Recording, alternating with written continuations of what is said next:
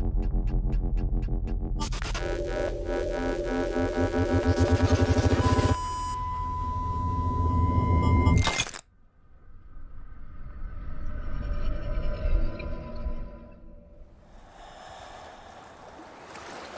first of all, is this a Black Mirror episode? That was my first thought.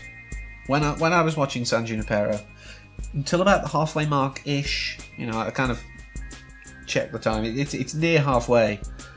I was like, okay, I'm watching this on Netflix. I've, just like, let it go to the next one. So, it's clearly got to be Black Mirror. But I still had to check a couple of times, and I was like, Black Mirror, episode 4, San Junipero. That's what it says. What's going on? And, yeah. Watching it a second time, there are little keys again. It's one of the great things of Black Mirror. There are little hints throughout. But it was still very confusing for that first half. First of all, obviously the Max Headroom thing saying, am I dreaming?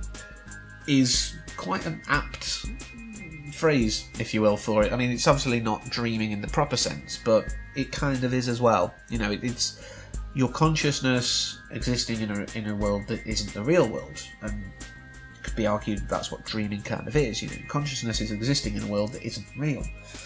So it was quite an interesting bit of perhaps foreshadowing, almost, you might say. And there are other hints throughout, obviously, as we find out later. So one of the big moments in Yorkie's life is the car crash after she came out to the parents. And obviously after drinking a lot. So we both have a situation where in the arcade, the guy's like, wanna play top speed? Oh no. Yeah, understandable that you would be reluctant. And of course later on when it's it's like, I'll have a Coke. I'm not drinking. It's like, haven't you drunk? Never had it before. It's like, well, it's been a long while. Yeah, because she was like really young at the time, and obviously as we see her later on, she's much older. She's not really experienced life for a heck of a lot of years. So it would have been a long time since she actually had any kind of alcoholic drink. She's just been probably given just nutrients enough to survive through drips and what have you. But I did find something quite interesting as well when obviously Kelly's trying to hide from Wes, and sort of get away from him. It's like, oh, this is my friend, she's only got a few months to live. Well, in a lot of cases that's probably actually true, but again, it's a second viewing thing that you start to kind of go, clever, I like what you did there. So I did like that, and some of these other things, that were quite clever hints when you think of them later, such as, do you really need those glasses? Well, no, she doesn't, and she kind of admits that. Like, no, it's more of a comfort thing, because obviously when she was younger, I'm assuming, she was wearing glasses, and it's normal for her to wear those glasses, so it's letting her live in a happier time, if you will, a time before she had to come out to her very obviously kind of puritanically minded parents. And, a time before she had the crash, of course, so it's quite interesting to see, like, how that comfortability factor plays into what people want to wear in this virtual world.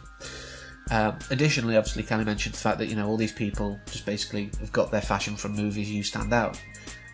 Yeah, why wouldn't they have got fashion from movies? Unless they're really quite a lot older. I mean, I don't think we're ever given a set exact time for when the sort of future stuff takes place, when the people actually are, rather than where their consciousness is, if you will. But, there probably are fewer people who would have remembered the 80s first time, given how old Kelly is, and the idea, to mention that her era is sort of the early 2000s. It's very likely that we're talking, maybe 2070 plus. So a lot of people wouldn't have first-hand knowledge, if you will, of these kind of outfits, these kind of experiences, if you will, that are seen. And again, sort of with Yorkie's history, when they nearly crash, I'm skipping ahead a bit, but, when they sort of nearly crash or nearly get run off the road, her panic was amazing. And obviously Kelly finds it, amazingly funny. But of course it makes sense that she would be quite nervous of that. She's very wary of vehicles, because even in the virtual world, when, she's not necessarily going to die, while she still has a body to come back to, I don't think it's quite like the Matrix in that regard. But, she's obviously still terrified by it. It's still a thing that lives with her, because, again, her mind, her consciousness is present in San Junipero. I did find it funny on the second week, which we'll get into now, the weeks and midnights. I'll get to that, don't worry. I did find it funny on the second week, the first song that's playing while she's getting ready is Girlfriend in a Coma by the Smiths, which is basically her. That is her song. Obviously she then goes through a whole bunch of different 80s songs, based on the outfits, and I did love the Addicted to Love thing, because that's perfect, for that song. It's just right for the era and for the song. I thought it was a great piece, that little montage. And of course she goes out a bit more, bit more like Lara Flynn Boyle in Twin Peaks. Actually, she reminded me of that when she went out, which I know was the 90s, but still, I did find it interesting when sort of Kelly's talking to Wes, and it's just like,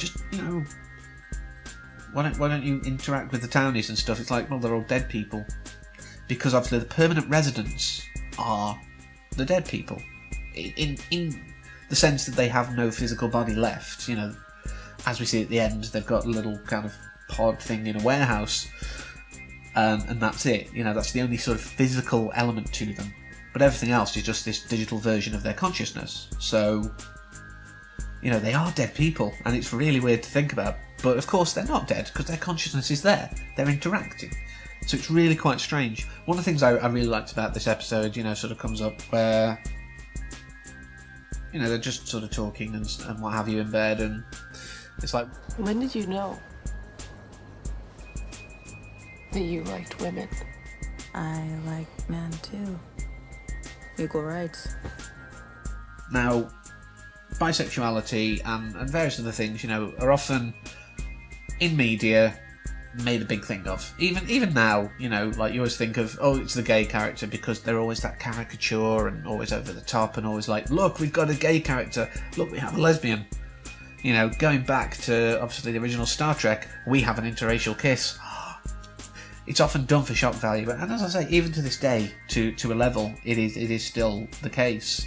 But the fact that a comment on bisexuality is just pretty much passed over, just like a normal thing, because obviously they're in a supposed future of this world, and whilst it's still not great now, you would assume that over time it's perfectly normal and perfectly acceptable, and neither of them make a big thing about it. It's like, I like both. It's fine. Now, I do think that maybe if it was a man saying it would, there'd have been a bigger issue, but that's not what we're talking about. I'm praising Black Mirror for at least getting it in there, and that's what matters. But she does obviously mention being married to a man who she simply says left her, and obviously we find out later what the actual implication of that statement is. But I did find it weird. I was like, surely you're too young to be married. But as I say, she's not. It's just that representation of her is too young to be married, basically, and to have sort of lost a husband through whatever means, unless it was like a very quick like Vegas thing and it was annulled straight away kind of thing. But that isn't what's implied by he left me. So I did find that interesting, and obviously this is the second time where we see, it's like 1 week later, and midnight's this weird cut-off point. And that was kind of like, why is midnight the cut-off point? Why do they keep saying, well, 2 hours left? And of course we find out later that obviously in the trial period, that's what you get. You get like that one night, and they tried to obviously moderate it so that people don't just die in the simulation, and refuse to come back to the real world, which makes a lot of sense. But of course, by this point, we're still kind of like, this isn't Black Mirror. Where's the society could be like messed up, or the technology's weird, or anything like that. And of course, it really comes when after that night they spent together, she's trying to find her, and she's told to look in different time periods. And I'm like, wait, different time periods. Now I thought, are they time travelers?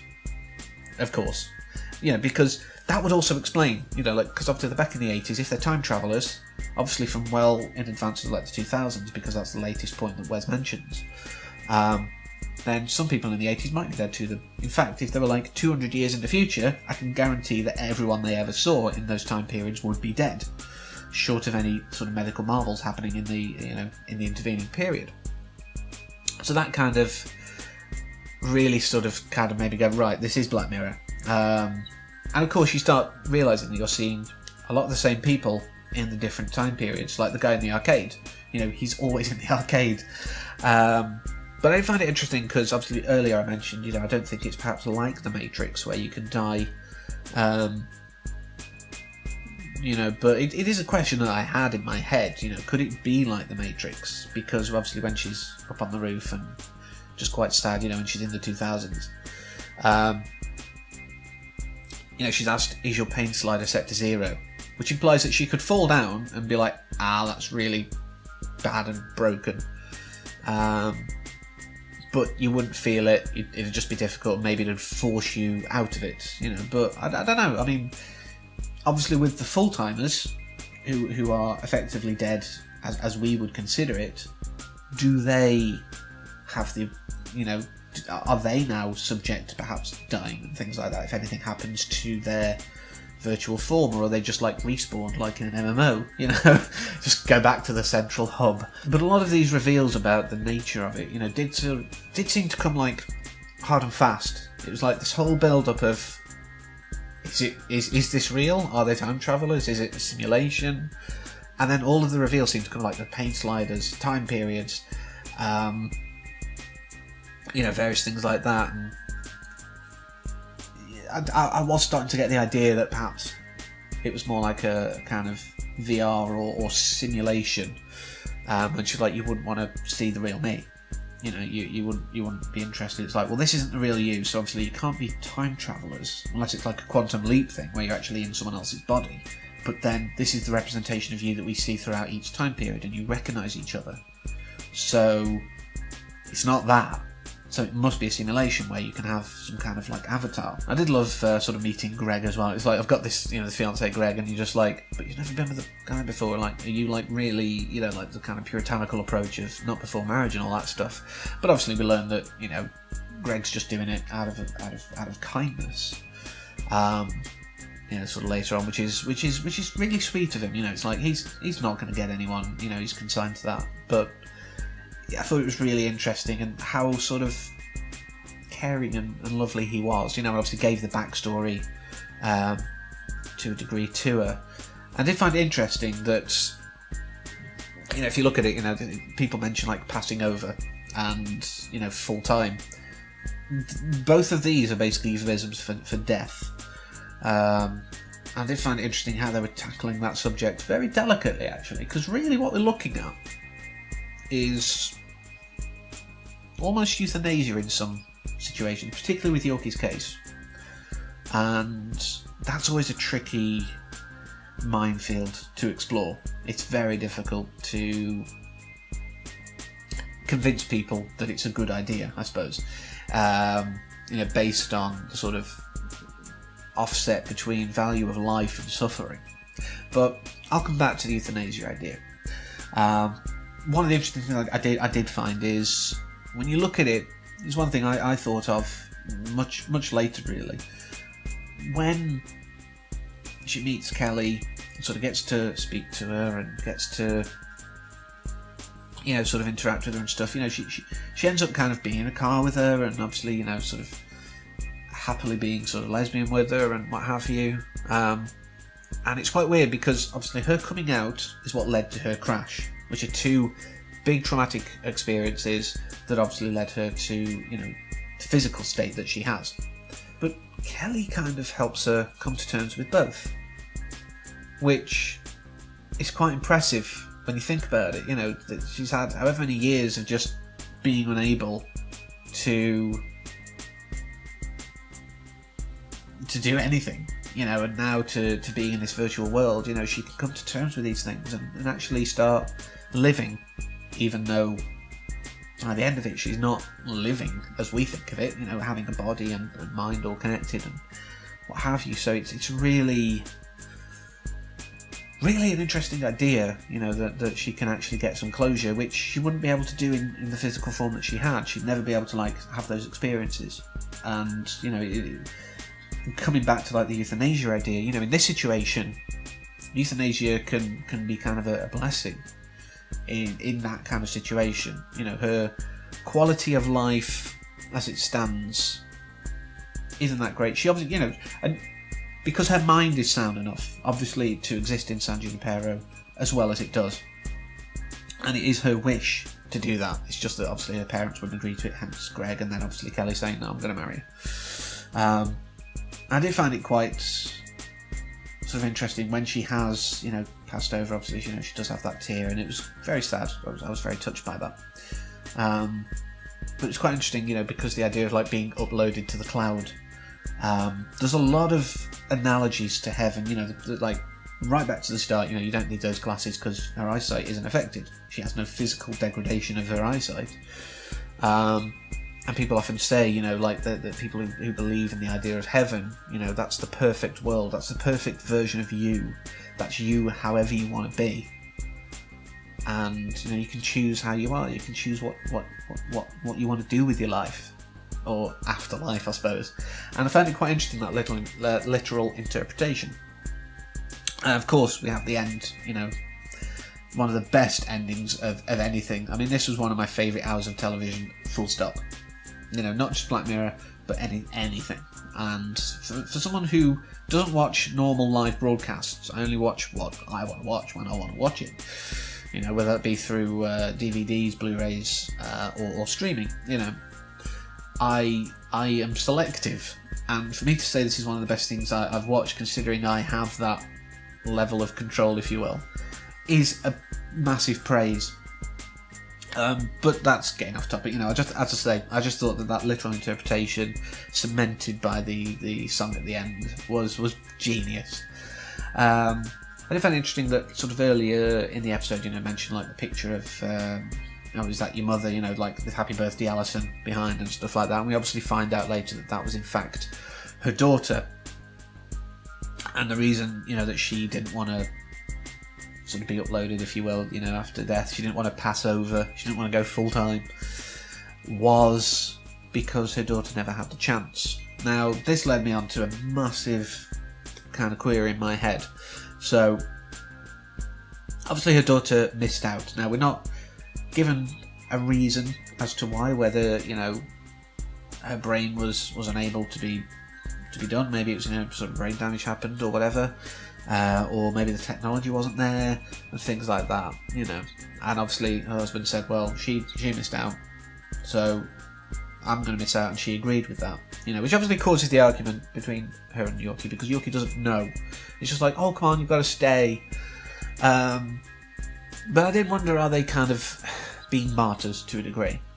Now, obviously, if there was a reason other than, you know, the technology wasn't there, then okay, maybe, yeah, you could kind of understand it. But if the technology wasn't there, then their daughter wouldn't have had a chance to do that anyway. You know, all the people who died before it existed didn't have a chance to do this. Think about it that way. Would you do it just because your great-great-great-great-grandfather wasn't able to do it? No. And I know obviously it's different losing a daughter, you know, losing a child is a bad thing for any parent. You know, one of my favourite sort of lines about that comes in Lord of the Rings Two Towers. You know, it's like no parent should have to bury their child, which I believe is something that was said to Bernard Hill. You know, after someone had lost a child, you know, and I do think that's one of the most important things really that we as humans sort of hold on to. You know, the children are meant to outlive us, not the other way around. But like I say, slightly off topic there, but you know, if the technology wasn't there, she wouldn't have had the chance. And is it very hard on yourself to deny yourself that chance just on those grounds? Or should you just be like, well, she wouldn't have had the opportunity, but I can carry on living for her? Do you know what I mean? And I do think, you know, it is dependent on the circumstances. We're not given a clear reason, but if it is just the technology, I think it is quite hard on themselves. And obviously, in this case, you know, it's very hard on Yorkie, because she's brought her out of a shell. She's helped her come to terms with things that she's struggled with, and now she's abandoning her. You know, I can understand how she feels that, particularly as she's like, "Oh, you got married because you actually care, and like Gregory was just doing it as a kindness. You know, you actually wanted to marry me, but now we can't have a life together at all. You're just going to visit until you die." But I did find the ending very hopeful. She realises that, yeah, maybe I shouldn't deny myself, or Yorkie then. You know, I can't live for Alison anymore, but I can live for Yorkie. And I think that's really, really very hopeful. The whole ending, you know, is just really hopeful and uplifting, because it's this idea of what is love, for one. You know, does love have to be constrained to time? Does love have to be constrained to the living, almost, you know, and things like that? And then it's like, well, where does love come from? Is it part of your soul, as it were, if you believe in such a thing? And obviously, these consciousnesses that are in San Junipero perhaps are a representation of our souls. And if you believe that they can love, then that makes sense. I did find one of the great things about the ending, the fact that we see the warehouse called Tucker's, you know, Tucker Systems. But, of course, the bar in every timeline is Tucker's. And, of course, that's where they all are. You know, that's the centre of San Junipero. It wouldn't exist without the servers. And I did love that idea of it, you know. But I did have one sort of big question towards, you know, after all was said and done. There was one thing that was really bugging me. So when you're uploaded, my assumptions are that you choose a time period and that's where you stay. Now, do you carry on living from that time period? So say if you chose 1980s, after 10 years, say you started right at the start, make it easy. So after 10 years, would you then be in 1990s? And so on and so forth. Or do you just, is it like a timeless loop? You know, are you stuck in that time period? Because what if you wanted to change? Is there a way of doing that? Is it like the hollow suites in you know, the Star Trek franchise, where you're just like, computer, door, you know, and you get a door and you can like, or like, you know, just interface panel kind of thing, and you're just like, yeah, can I, you know, like maybe a technician at Tucker Systems, you know, just like, yeah, can I move to 2004? Cheers. You know, is that possible, or are you stuck? Are you stuck permanently in one, you know, for 1 week in 1986, for argument's sake? You know, and also, it does seem to imply that people don't just die in the normal sense in San Junipero. But what if you're like, okay, that's it now. I've had a full real life. I feel like I've had a full virtual life. Can I end it? Again, is there a similar thing? You know, a similar kind of kill switch, if you will. As horrible as that sounds. You know, is it something that can be done? And that's one thing that's never answered. And you know, maybe it isn't answered for a reason to get people like me kind of going, I wonder about that. You know, but it is an interesting sort of topic, and I did find it, you know, a great episode. Like I say, one of my favourite hours of television. I just wish I could sort of end this video just with the credits from the episode, but of course, because it's got a real song on there, I can't do that. So I'm very sorry for that, because I'd love to end it just with that, but I think I've waffled enough anyway. So I will let you go, and next week we'll tackle Men Against Fire. So until then, as always, take care.